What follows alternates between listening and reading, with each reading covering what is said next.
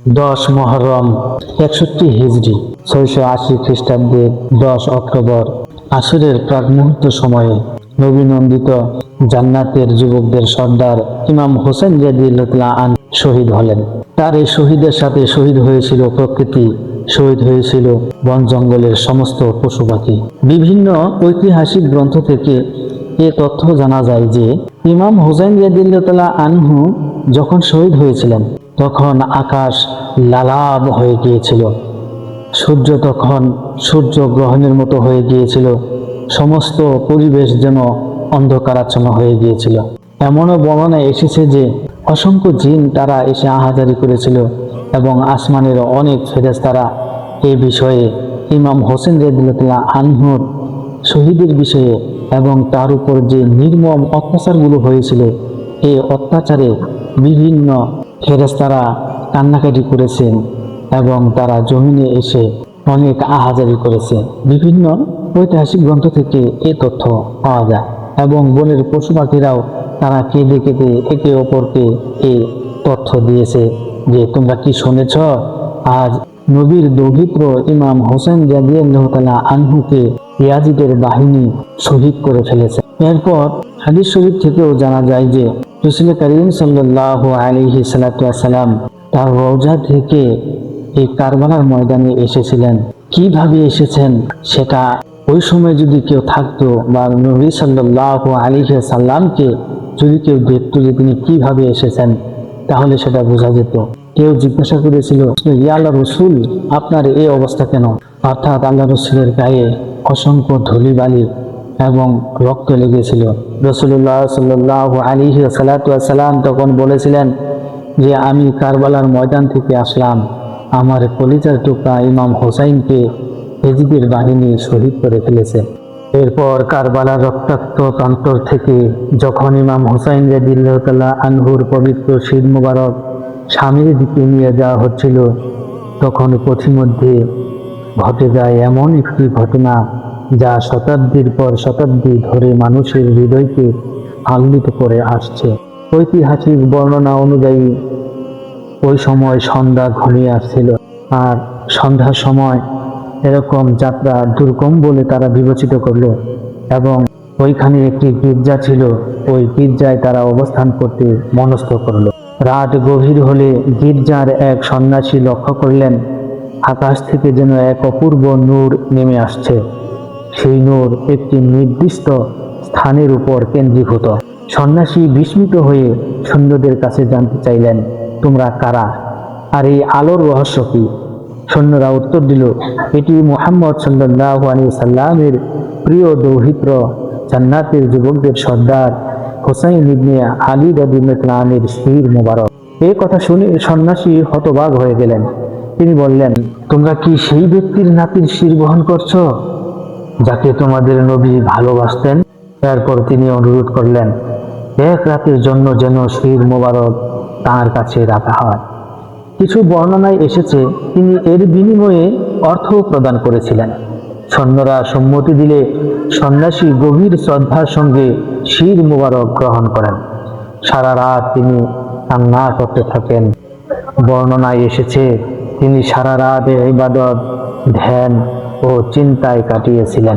আরও বর্ণিত হয়েছে সেই রাতের পর তিনি ইসলামের প্রতি আকৃষ্ট হন এবং ইসলাম ধর্ম গ্রহণ করেন। প্রিয় দর্শক, ঐতিহাসিক বর্ণনায় আরও কিছু অলৌকিক ঘটনার বর্ণনা পাওয়া যায় এই গির্জার ভিতরেই যা ঘটেছিল।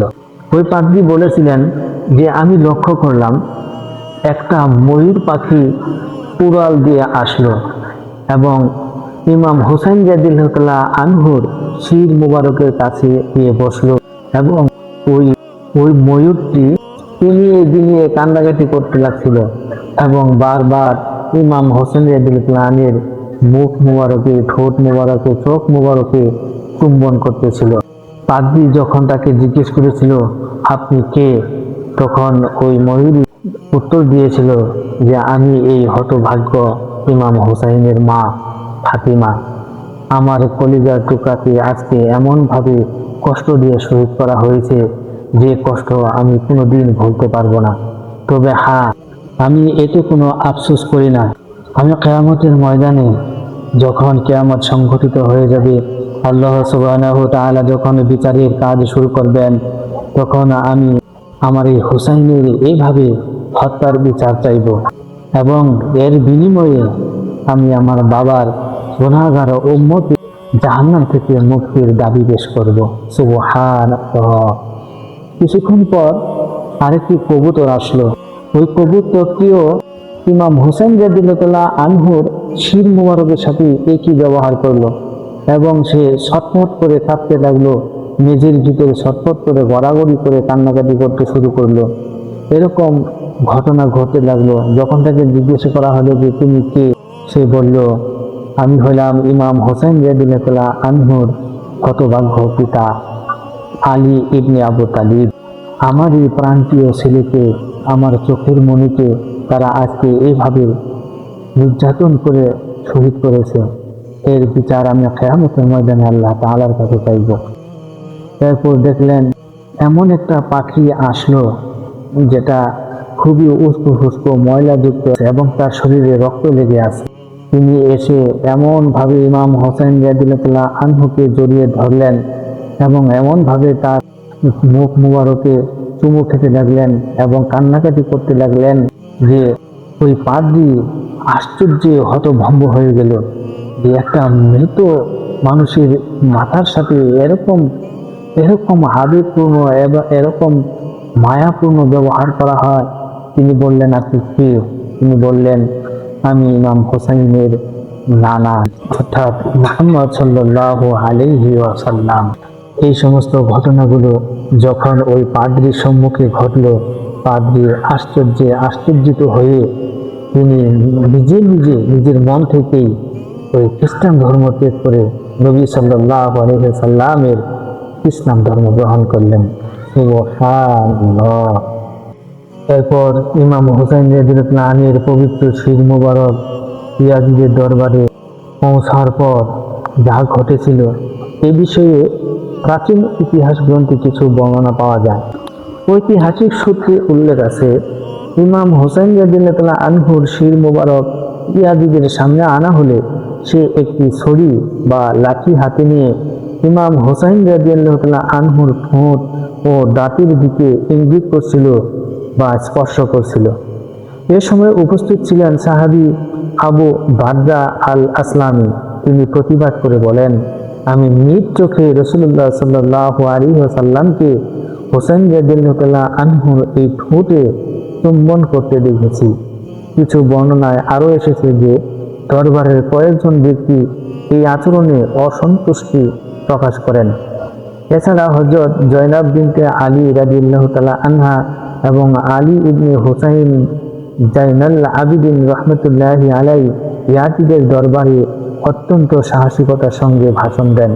তাদের বক্তব্যে কারবালার সত্য ঘটনা প্রকাশ পেতে শুরু করে। তবে ঐতিহাসিকবিদদের মধ্যে মতভেদ রয়েছে। কিছু সূত্রে ইয়াজিদকে কারবালার ঘটনার জন্য সরাসরি দায়ী হিসেবে উপস্থাপন করা হয়েছে। আবার কিছু সূত্রে দাবি করা হয়েছে যে বন্দীদের অবস্থা দেখে সে পরে অনুশোচনা প্রকাশ করেছিল এবং দায় ইবনে জিয়াদের উপর চাপানোর চেষ্টা করেছিল। কিন্তু যে বিষয়টি নিয়ে অধিকাংশ ইতিহাসবিদ একমত তা হলো কারবালার ঘটনা ইয়াজিদের শাসনের সবচেয়ে বিতর্কিত অধ্যায় হয়ে আছে এবং মুসলিম ইতিহাসে গভীর বেদনার স্মৃতি হিসেবে রয়ে গেছে। সুপ্রিয় দর্শক, কারবালায় ইমাম হোসেন রাদিয়াল্লাহু আনহু ও তার সঙ্গীরা শহীদ হওয়ার পর আহলে বাইতের নারীদের এবং শিশুদের বন্দী করা হয়। তাদের কুফা হয়ে শাম ইয়াজিদের দরবারে আনা হয়। ইয়াজিদ তখন নিজের রাজনৈতিক বিজয় প্রদর্শনের জন্য দরবার সাজিয়েছিল।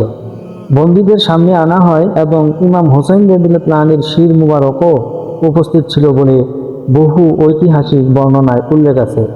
এ সময় ইয়াজিদ বিজয়ের ভাব প্রকাশ করছিল। দরবারের উপস্থিত অনেকেই প্রকৃত ঘটনা জানত না। তারা মনে করেছিল কোনো বিদ্রোহী দলের লোকদের আনা হয়েছে। আর ঠিক তখনই হযরত জয়নাব রাদিয়াল্লাহু আনহা দাঁড়িয়ে ভাষণ দেন।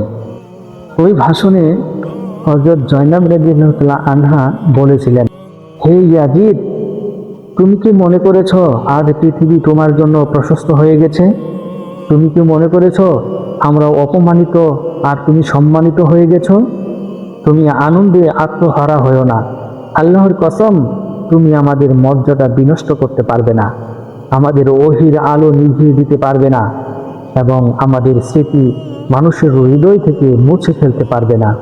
তোমার এই ক্ষমতা ক্ষণস্থায়ী, তোমার এই শাসন একদিন শেষ হয়ে যাবে, কিন্তু আমাদের কথা, আমাদের আদর্শ এবং আমাদের ত্যাগ কিয়ামত পর্যন্ত স্মরণ করা হবে।